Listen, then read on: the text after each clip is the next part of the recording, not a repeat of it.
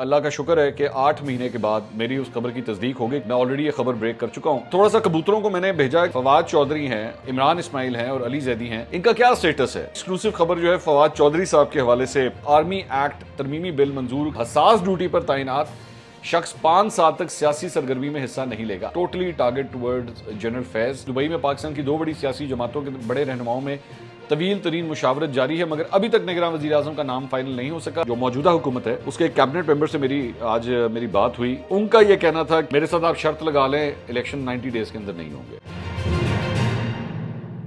अस्सलाम वालेकुम नाज़रीन, मैं हूं मंसूर अली खान। अपने डिजिटल चैनल के ऊपर आपको खुश आमदीद कहूँगा। इस वीडियो के अंदर बहुत सी आम खबरें जो हैं वो आपके साथ शामिल करनी है, लेकिन सबसे पहले आपसे दरख्वास्त है कि चैनल को सब्सक्राइब करना मत भूलिएगा और बेल आइकन ज़रूर प्रेस कीजिए। You have to help us. हमने अपने अगले 4 महीने के अंदर जो है वो 7 लाख का फिगर सब्सक्राइबर बेस का जो है वो हमने क्रॉस करना है। मैंने एक बड़ी एक्सक्लूसिव खबर जो है फवाद चौधरी साहब के हवाले से इस वीलॉग के अंदर देनी है और मेरे लिए तो बड़ी एक हैरानकुन खबर है। पता नहीं आपके लिए होती है कि नहीं होती, लेकिन मेरा ख्याल में तकरीबन कोई अप्रॉक्सीमेटली 8 माह के बाद, मैंने आज से 8 माह पहले खबर दी थी। ज़रा मैं उसका सबसे पहले एक तस्करा करना चाहूँगा और बड़ी एक इम्पॉर्टेंट वो खबर है। हुआ क्या है कि आज एक्सप्रेस ट्रिब्यून के अंदर एक ख़बर जो है वो शाया हुई है और कामरान यूसुफ साहब is a very senior reporter, anchor person भी हैं, प्रोग्राम भी करते हैं एक्सप्रेस के ऊपर, और उन्होंने ये खबर दी व्हेन जनरल बाजवा रिजाइंड। तो उन्होंने ये खबर दी। मैं थोड़ा सा ये खबर का मतन जो है वो मैं आपके साथ शेयर कर देता हूँ। इसमें उन्होंने लिखा है, it was a dry morning of October 7, 2021 when the former Prime Minister's principal secretary received an urgent call. The person on the other side was none other than the then Army Chief, General Qamar Javed Bajwa, wanting to speak with the then Prime Minister Imran Khan. Told that the Premier was in a meeting, General Bajwa went on to drop a bombshell that sent the government into a panic mode. Tell the Prime Minister I am resigning. The Prime Minister has 1 week to appoint the new Army Chief. Bajwa hung up the phone as the then Principal Secretary Azam Khan pleaded with him not to resign. Left shell-shocked, Azam immediately took up the phone and informed the then DG ISI, Lieutenant General Faiz Hamid, about Bajwa's decision. The following hour saw corps commanders and other senior officers surrounding the top military boss beseeching him to stay. Meanwhile, the air in the Prime Minister's office was also thick with panic and nervous energy. The details are being made public for the first time based on Express Tribune's interaction with the people familiar with the developments. तो basically इसके अंदर ये फरमा रहे हैं कि general Bajwa ने जो है वो अक्टूबर 2021 में जो है वो इस्तीफे की अपनी जो है वो पेशकश कर दी थी और इसके अंदर ये लिखा जा रहा है कि जी these details are being made public for the first time. अच्छा, मैं सबसे पहले एक छोटा सा सिर्फ एक ज़रा इख्तिलाफ, these details are not being made public for the first time. हमने ये खबर जो है आज से 8 महीने पहले, और मैं अब आपके साथ शेयर भी कर देता हूँ, 5 दिसंबर 2022 को मैं ऑलरेडी ये खबर ब्रेक कर चुका हूँ और हमने ये इस वीडियो का जो है वो थंबनेल भी है। मैंने उसके अंदर जनरल बाजवा के इस्तीफे से मुतालिक मैंने आपको क्या खबर दी थी, सुनिएगा ज़रा। जब जनरल फैज़ को कोर कमांडर पेशावर लगाया गया और जनरल नदीम को जो है वो DG ISI बनाया गया, इसके अंदर मेरे साथ ये इन्फॉर्मेशन उस सोर्स ने ये शेयर की कि मई के अंदर अप्रॉक्सीमेटली जनरल बाजवा ने बता दिया था इनको कि जी अगर आपको जनरल फैज़ को आर्मी चीफ बनाना है तो इनको 1 साल के लिए कोर करवानी पड़ेगी, कोर कमांडर इनको बनाना पड़ेगा। इन्होंने कहा हाँ ठीक है, अगले महीने करते हैं। उसके बाद अगले महीने दोबारा पूछा गया, इन्होंने कहा अच्छा अगले महीने करते हैं। उसके बाद फिर बात आगे चली गई। अल्टीमेटली जब ये तैनाती होनी थी तो उसके बाद इन्होंने फिर जाके कहा कि जी, और जब इस मरतबा ये गए तो उसमें जनरल फैज़ की पुश भी शामिल थी। जनरल फैज़ ने खुद भी ये बात कही कि बराए मेहरबानी आप जाके प्राइम मिनिस्टर को कहें कि मुझे कोर दें, वरना मेरी पोस्टिंग जो है वो ख़राब हो जाएगी बतौर आर्मी चीफ। तो ये गए, इन्होंने जाके इन्फॉर्म किया वहाँ पे, और ये जब इन्फॉर्म करके आए तो उसके बाद इनको प्राइम मिनिस्टर हाउस से कॉल आई और उस कॉल में कहा गया कि जी ठीक है, आपने जो फैसला किया वो बिल्कुल दुरुस्त है। और जब ये मुझे कॉल आई तो उसके बाद हमने अनाउंसमेंट कर दी कि जी जनरल फैज़ को कोर कमांडर पेशावर लगाया जा रहा है और जनरल नदीम जो है वो नए चीफ ISI चीफ होंगे। लेकिन अगले दिन पाकिस्तान तहरीक इंसाफ के रहनुमाओं की जानिब से जो है वो रद्द-ए-अमल आना शुरू हो गया कि जी ये क्या किया है और ये गलत है, ये ऐसा नहीं हो सकता, ये सिविलियन डोमेन की ये चीज़ है और ये किस तरह ISPR ने इसको अनाउंस कर दिया। मामलात ख़राब होना शुरू हुए। जब मामलात ख़राब होना शुरू हुए तो इस मौके के ऊपर यहाँ तक भी बात आ गई कि जनरल बाजवा ने प्रिंसिपल सेक्रेटरी आज़म खान को फ़ोन किया और फ़ोन करके मुस्ताफ़ी होने का कह दिया कि जी आप जाके प्राइम मिनिस्टर को इन्फॉर्म कर दें कि मेरा आज बतौर आर्मी चीफ आखिरी दिन है। तो आज़म खान साहब ने अपनी टिपिकल लैंग्वेज के अंदर कहा कि मना इस तरह मत करना, हम सब मर जाएंगे, ये काम मत करना। लेकिन जनरल बाजवा ने कहा कि मैं काफ़ी हद तक ये सोच चुका हुआ था। उसके बाद जब ये बात आगे गई तो फिर और लोगों के भी मुझे फ़ोन आना शुरू हुए और उसके बाद उसी दिन शाम को जो है जनरल फैज़ के साथ शामिल होकर और कई कोर कमांडर्स जो हैं इनके घर आए जनरल बाजवा के, और उन्होंने कहा कि जी आपने ये काम नहीं करना। तो ये आपने ये देखा, हमने आपको ऑलरेडी एग्जैक्टली यही सब कुछ जो है वो हमने आपको बताया था कि उस वक्त जनरल बाजवा जो है वो ये मामला अक्टूबर का जो है वो बेसिकली वही चल रहा था जब DGISI को जो है वो अपॉइंट किया गया था, और उसकी वजह से काफ़ी जो है वो टेंशन आ गई थी और कहानी बन नहीं रही थी, और वहाँ से जो है पाकिस्तान तहरीक इंसाफ के साथ इस्टेब्लिशमेंट के ताल्लुकात जो है वो ख़राब भी होना शुरू हुए थे। और मैंने आपको बताया था कि उस वक्त जनरल बाजवा ने अपने इस्तीफ़े की ऑफ़र भी की थी, और उसके बाद उस वक्त आज़म खान साहब ने जो है वो बड़ा उनको समझाने की कोशिश की थी कि नहीं नहीं आपने बिल्कुल भी ऐसी कोई बात नहीं करनी। बहरहाल मैं जस्ट वन पॉइंट कि एक तो पहली बात is not made for the public first time, secondly कि अल्लाह का शुक्र है कि 8 महीने के बाद मेरी उस खबर की तस्दीक हो गई। कामरान यूसुफ साहब जो एक सीनियर जर्नलिस्ट हैं उन्होंने अब ये स्टोरी दे के भी जो है वो मेरी उस खबर को कंफर्म कर दिया जो मैंने दी थी। तो एक डिटेल ये है। अच्छा, अब एक और ख़बर वो भी मैं अब आपके साथ शेयर कर देता हूँ। जारी बात है इस्लामाबाद के अंदर है तो अपने कबूतर जो है हम इधर उधर भेजते रहते हैं।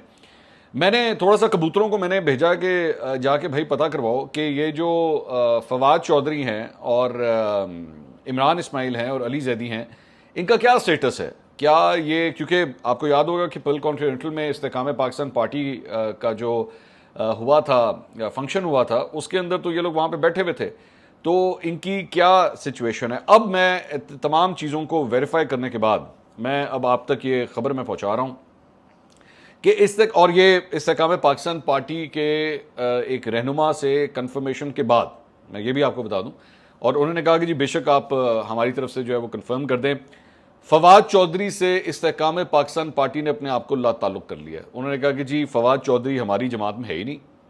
दूसरी जानिब फवाद चौधरी के ज़राए ने भी जो है वो इस बात की तस्दीक कर दी है। उन्होंने कहा कि जी मेरा भी इस्तेकाम पाकिस्तान पार्टी के साथ जो है वो किसी किस्म का कोई ताल्लुक नहीं है। तो वो जो एक सेंस बनी हुई थी ना कि जनाब फवाद चौधरी जो है वो चले गए हैं इस्तेकाम पाकिस्तान पार्टी में, तो वो ला ताल्लुकी हो गई है और कोई लेना देना नहीं। और मेरी इतलात के मुताबिक फवाद चौधरी जो है अगले इलेक्शन में अगर तो वो कंटेस्ट करते हैं, तो आज की इस तारीख में जब मैं आपको ये खबर दे रहा हूँ तो इस वक्त उनके जहन में ये है कि अगर वो अगला इलेक्शन लड़ेंगे तो वो एक आज़ाद हैसियत में, आज़ाद उम्मीदवार के तौर पर जो है वो इलेक्शन लड़ने का इरादा रखते हैं। ये मतलब बहुत से ऐसे रहनुमा हैं जिनकी अपनी पुरानी फॉर्मर पार्टीज़ के साथ अलहदगी तो हो गई है, लेकिन वो किसी और दूसरी जमात में जाने का फ़िलहाल कोई इरादा नहीं रखते। मुस्तफ़ा नवाज़ खोखर साहब भी, उनके बारे में मैं आपको बताऊँ, उन्होंने भी मुझे कन्फर्म किया है कि वो अगला इलेक्शन जो है वो आज़ाद हैसियत में लड़ने जा रहे हैं। तो फवाद चौधरी साहब के बारे में ये जो बात थी कि जी वो इस्तेकाम पाकिस्तान पार्टी में चले गए हैं, उसमें भी ऐसी कोई सच्चाई नहीं है, ये बिल्कुल गलत खबर है। और वो उन्होंने मैंने ज़ाहिर बात है सवाल किया कि जी वो तो आपके फंक्शन में उस दिन आए हुए थे इस्तेकाम पाकिस्तान पार्टी के फंक्शन में, तो वो मुझे बताया गया कि नहीं वो अगर आए भी थे तो एज ए मेहमान ही आए हुए थे, सिर्फ देखने दुखने के लिए आए थे। एज सच पार्टी जो है उन्होंने इस्तेकाम पाकिस्तान पार्टी ज्वाइन नहीं की है। बहरहाल so this information is this foggy situation is it at least clear now कि उनका उससे कोई ताल्लुक नहीं है। इसके अलावा पाकिस्तान स्टॉक एक्सचेंज जनाब बड़ा अच्छा परफॉर्म कर रही है। 100 इंडेक्स जो है आज 47,000 पॉइंट्स की सतह भी जो है उबूर कर गया। पिछले दिनों इसने 46,000 का बैरियर तोड़ा था, अब 47,000 का बैरियर भी जो है इसने तोड़ दिया है। 433 पॉइंट्स का इसमें इजाफा हुआ, 47,115 पॉइंट्स के ऊपर जो है वो मार्केट देखी गई जब ये वीडियो रिकॉर्ड हो रही है। आई डोंट नो आगे चल के क्या होता है, लेकिन 20 माह के बाद 100 इंडेक्स जो है 47,000 पॉइंट्स के ऊपर जो है वो पहुंचा। ये ज़हन में रखिएगा कि ऑल टाइम हाई जो है वो गालबन कोई 52,000 के आसपास का लेवल है पाकिस्तान स्टॉक एक्सचेंज का, और वो भी नवाज शरीफ साहब के दौर के अंदर जो है वो ये सब कुछ हुआ था। तो अब Aahista Aahista it is inching towards that number also. Let's see ये कितनी देर तक जो है वो सस्टेन कर पाता है। दूसरा एक आपके लिए और मेरे लिए एक कंसर्निंग खबर है, और वो ये है कि हुकूमत ने नॉन एक्टिव टैक्स फाइलर्स के लिए विदहोल्डिंग टैक्स की शरह जो है वो तब्दील कर दी है। एफबीआर के मुताबिक नॉन एक्टिव टैक्स फाइलर पर एक दिन में 50,500 रुपए निकलवाने पर 303 रुपए टैक्स लगेगा, जबकि इससे जायद और 55,000 से कम रकम निकलवाने वाले नॉन एक्टिव टैक्स फाइलर पर 330 रुपए टैक्स लगेगा। और 55,000 से 75,000 रुपए तक एक दिन में बैंक से रकम निकलवाने वालों पर 450 रुपए जो है वो टैक्स लगेगा। 2125 सीसी गाड़ी पर 6% की शरह से टैक्स आयद होगा, और 2501 से 3000 सीसी इंजन वाली गाड़ी पर 8% जो है वो टैक्स लगेगा, जबकि 3001 सीसी गाड़ियों पर 10% की टैक्स शरह से जो है वो टैक्स आयद होगा। तो एक खबर जो है वो ये है। इसके अलावा आज कौमी असम्बली के अंदर जो है वो सेनेट के अंदर सेनेट में जो है वो चेयरमैन सेनेट सादिक संजरानी की सरबराही में इजलास हुआ। इसमें वफाकी वजीर दिफा ख्वाजा आसिफ साहब ने जो है आर्मी एक्ट तरमीमी बिल मंजूर करने के लिए पेश किया, जिसे ऐवान ने मंजूर कर लिया। अच्छा, ये इसके जो खदोखाल हैं वो बड़े इंपॉर्टेंट है, उसको ज़रा गौर से सुनिएगा और तब आपको समझ आएगी कि ये एक्चुअली हो क्या रहा है। इसके मुताबिक जी सरकारी हैसियत में मुल्की सलामती और मफाद में हासिल मालूमात के गैर मजाज इंकशाफ पर 5 साल तक सख्त सजा दी जाएगी। आर्मी चीफ या बाइख्तियार अफसर की इजाज़त से इंकशाफ करने वाले को सजा नहीं होगी। अब आप मतलब ये वो जो साइफर वाली चीज़ है ना, ये वो बेसिकली चल रही है। सो आज के बाद अगर आपकी कोई ऐसी इंफॉर्मेशन है बतौर वज़ीर आज़म या बतौर एक अहम ओहदेदार, जाहिर बात है इसमें खुद ख्वाजा आसिफ साहब खुद भी आएंगे, वज़ीर दिफा हैं वो, और भी वफाकी वज़रा जो कैबिनेट के अंदर शामिल होते हैं, अगर कोई ऐसी इंफॉर्मेशन जो उनके साथ शेयर की गई भी है वो उसे पब्लिक नहीं कर सकते, और अगर उन्होंने बगैर इजाज़त के उसे पब्लिक किया तो उसकी जो है वो सख्त सज़ा भी हो सकती है।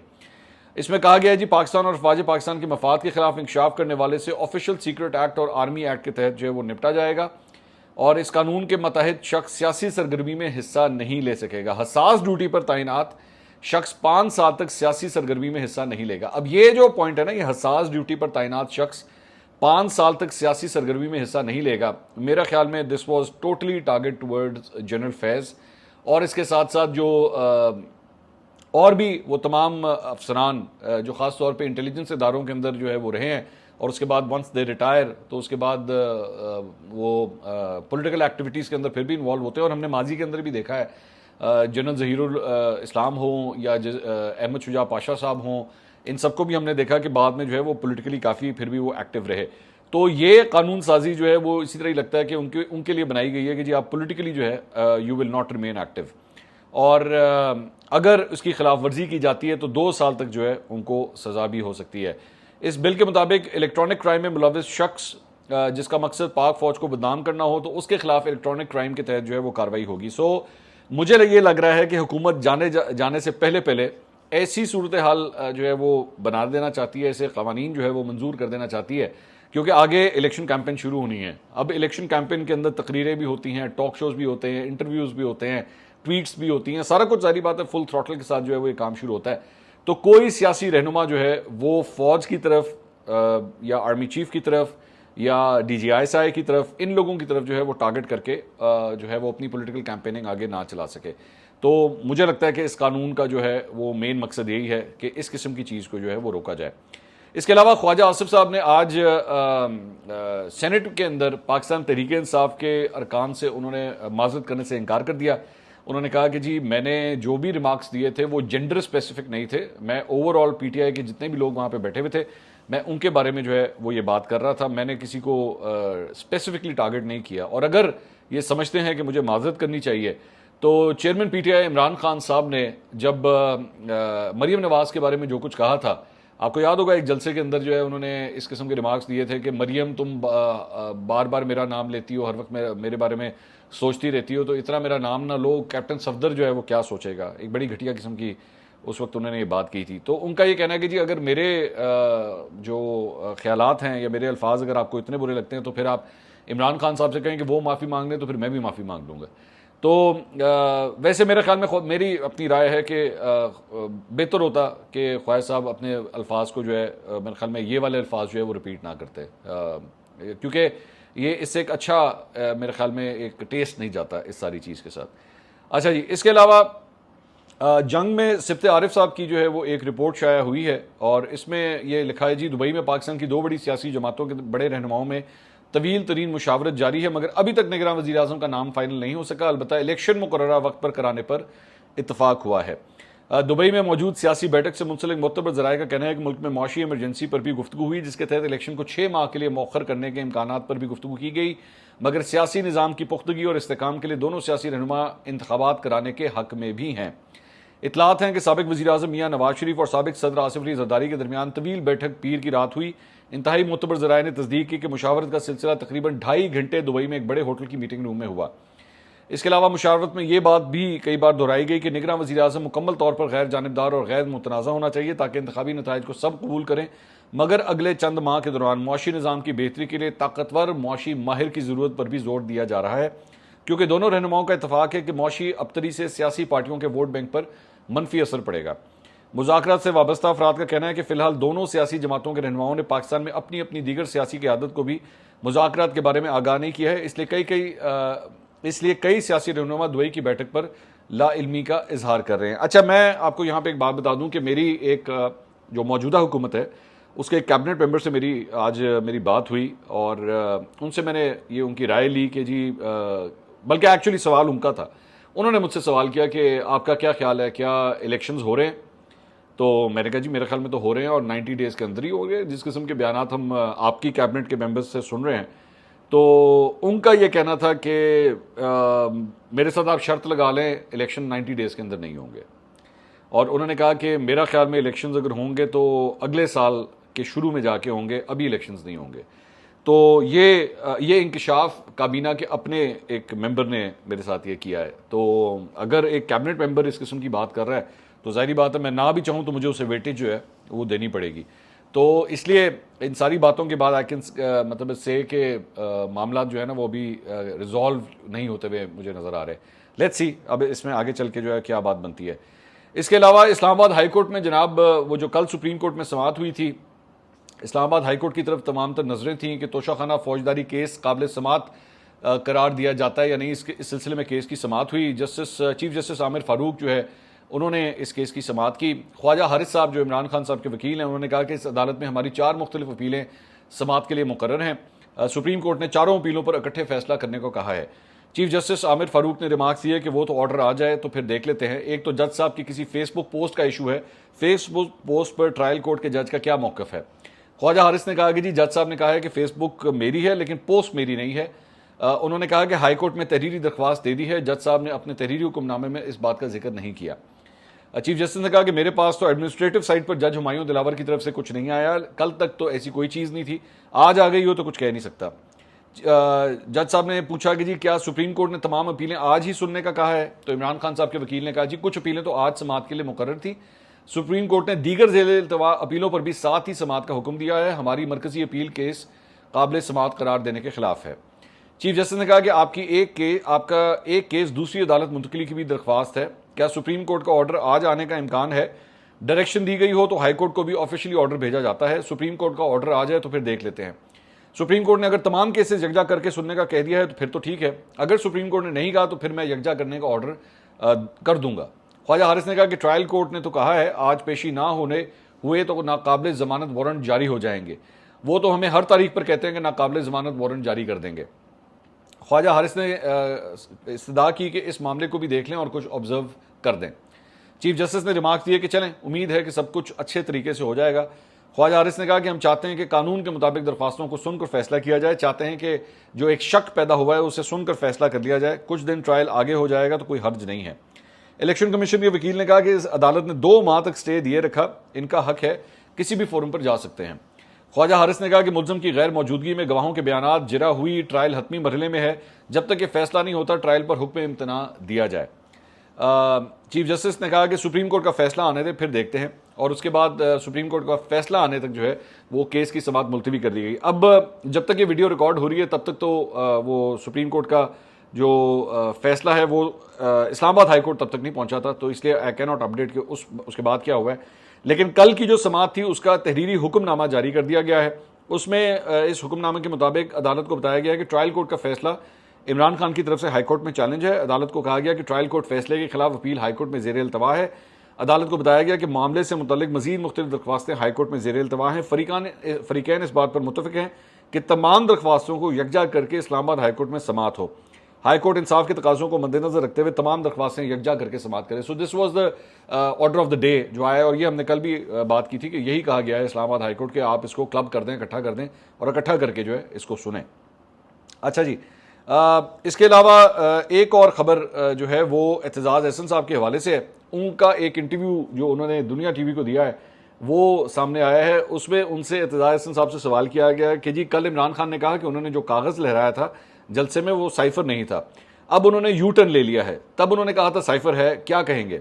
तो एतजाज़ एहसन साहब ने कहा कि यू टर्न्स तो उसके मशहूर हैं, इसमें तो कोई बात नहीं, चूंकि वो मुलजिम है तो इसलिए उसको अपना बयान बदलने का पूरा हक है। मुलजिम जो भी कहे उसको इस्तेमाल नहीं किया जा सकता, मुलजिम यू टर्न भी ले सकता है। वकला इसको कहें कि ये आपका बेस्ट डिफेंस है तो वो उसको लेना चाहिए, तो और क्यों ना ले। तो और एक तो उन्होंने एतजाज़ साहब ने माना भी कि हाँ जी इमरान खान साहब यू टर्न लेने के तो वाकई मास्टर हैं, लेकिन जाहिर बात अब क्योंकि आन पड़ी है, साइफर का केस चल रहा है, तो यू टर्न लेने पे तो यू टर्न तो अच्छे होते हैं तो उसके बाद एक और उनसे सवाल किया गया कि आपने कहा कि इमरान खान के खिलाफ केसेस कमज़ोर हैं, अगर वो गिरफ्तार होते हैं तो आप उनकी वकालत करेंगे? तो एतजाज़ साहब ने कहा जी वकालत तो उनकी और भी करने वाले हैं। तो फिर उनसे दोबारा सवाल हुआ कि आप करेंगे?